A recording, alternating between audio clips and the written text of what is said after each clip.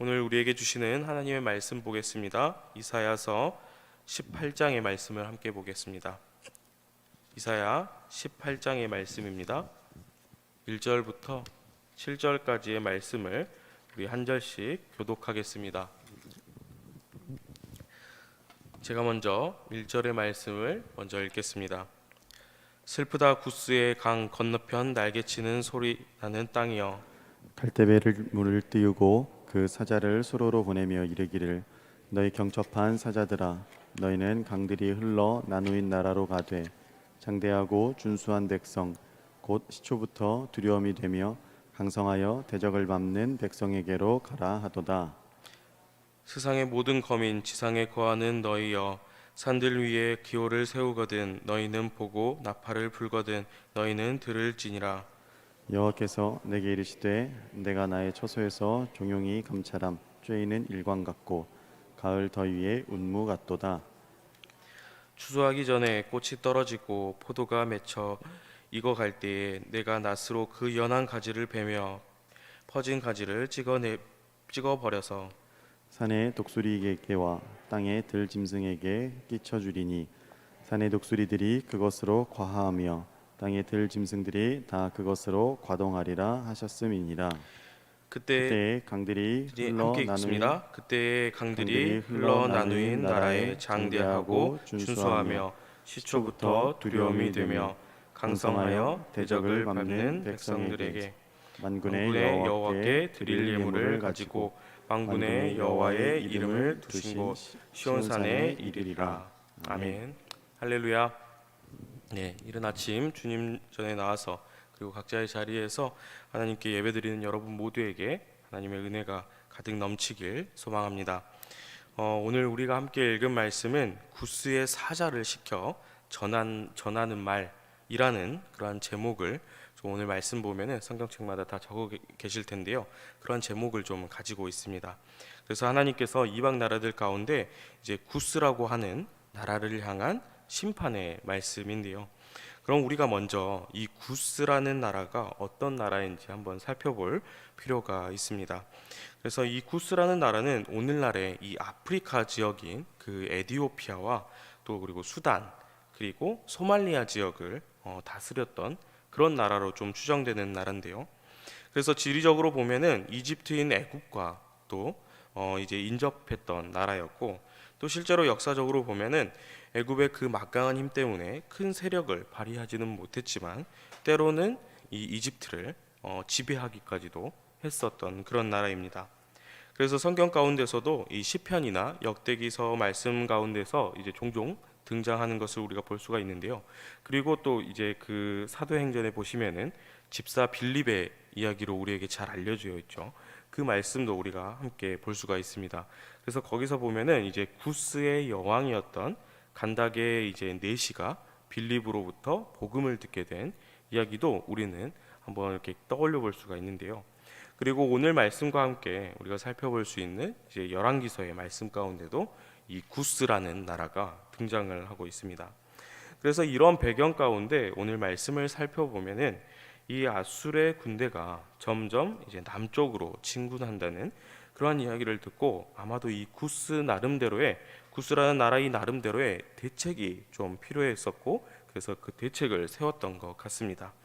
그래서 이제 주변 나라들의 사신을 이제 보내고 연합해서 우리 반악수르 동맹을 한번 좀 맺고 저들에 대항해 보자 하고 그런 반아수르 동맹을 좀 구축했던 것 같은데요.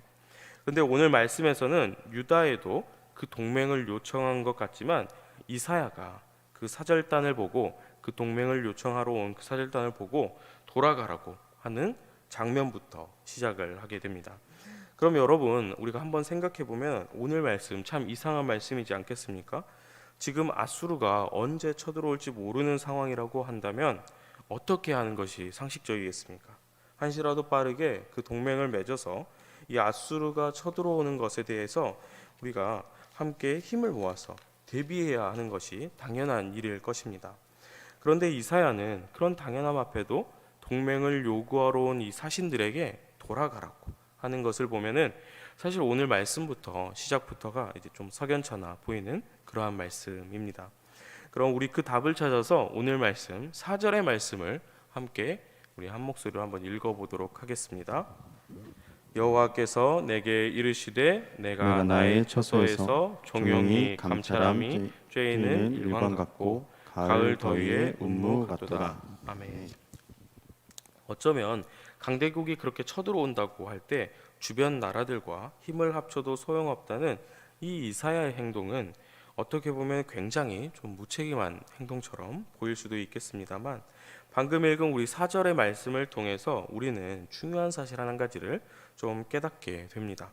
그것은 바로 하나님께서 우리에게 아무것도 안 하시는 것처럼 보인다고 해도 사실 모든 것을 조용히 다 바라보고 계시고, 또 때에 따라서 필요에 따라서 해를 비춰주시고 또 비를 내려주시는 것처럼 모든 것이 하나님께서 계획하신 그때에 모든 것을 이루어 가신다는 사실입니다.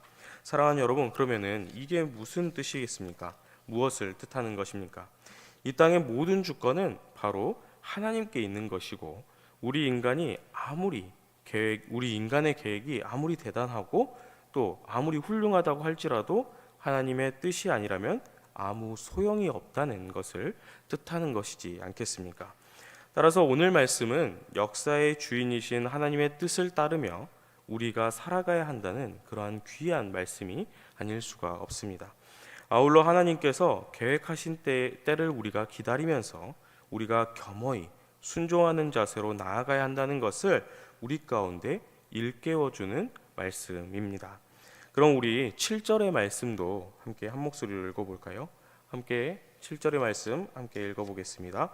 그때 강들이 흘러 나누인 나라에 장대하고 준수하며 시초부터 두려움이 되며 강성하여 대적을 밟는 백성들에게 만군의 여호와께 드릴 예물을 가지고 만군의 여호와의 이름을 두신 곳 시온산에 이르리라. 아멘.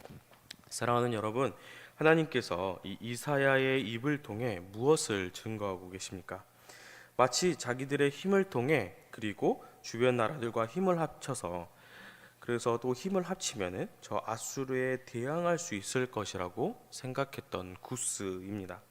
그들의 입장에서는 오직 인간의 힘이 중요한 것이었고, 군사적인 어떠한 크기, 세기, 그런 것들이 중요할 뿐이었고, 하나님에 대한 것은 전혀 중요하지가 않았습니다.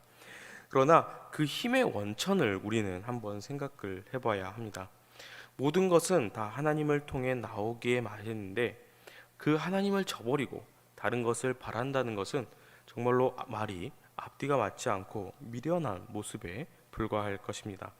그래서 결국 하나님께서는 그 많은 사람들에게 두려움을 주고 강성했던 그 구스라는 나라가 결국에는 만군의 하나님께 돌아오게 될 것임을 말씀하고 계시는 것입니다.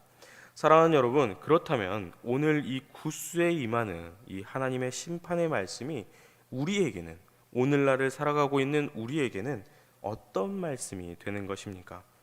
우리는 세상을 살아갈 때에 참 많은 것을 계획하고 또 그 계획을 세워가면서 나름대로의 방법을 세우며 살아갑니다.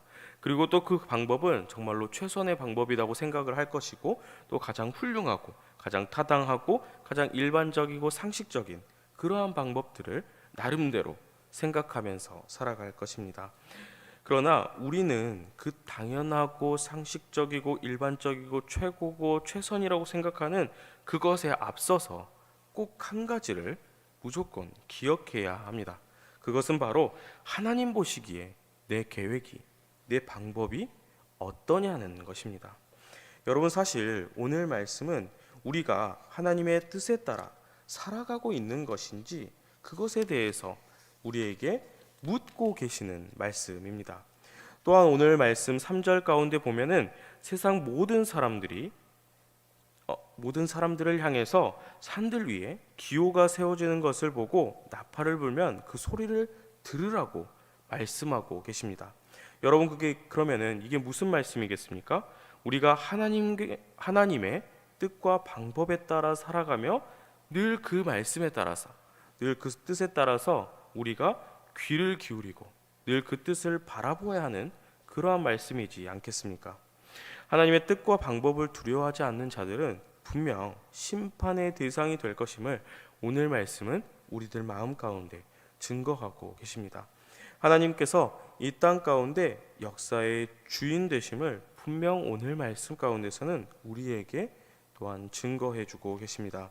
사랑하는 여러분, 오직 만군의 여호와 하나님께만 우리가 승리하는 비결이 있음을 깨닫길 바랍니다. 우리가 늘 주님 말씀 가운데 깨어서 함께 기도하고 또 주님 말씀 가운데 바로 설 수 있도록 또 분주하게 애쓰면서 같이 살아갑시다. 그리하여 이 땅 가운데 우리가 오직 하나님 보시기에 아름다운 모습으로 함께 살아가면서 그리스도의 승리에 참여하는 그러한 복된 삶을 누리시길 저와 여러분 되시길 간절히 소망합니다. 함께 기도하겠습니다.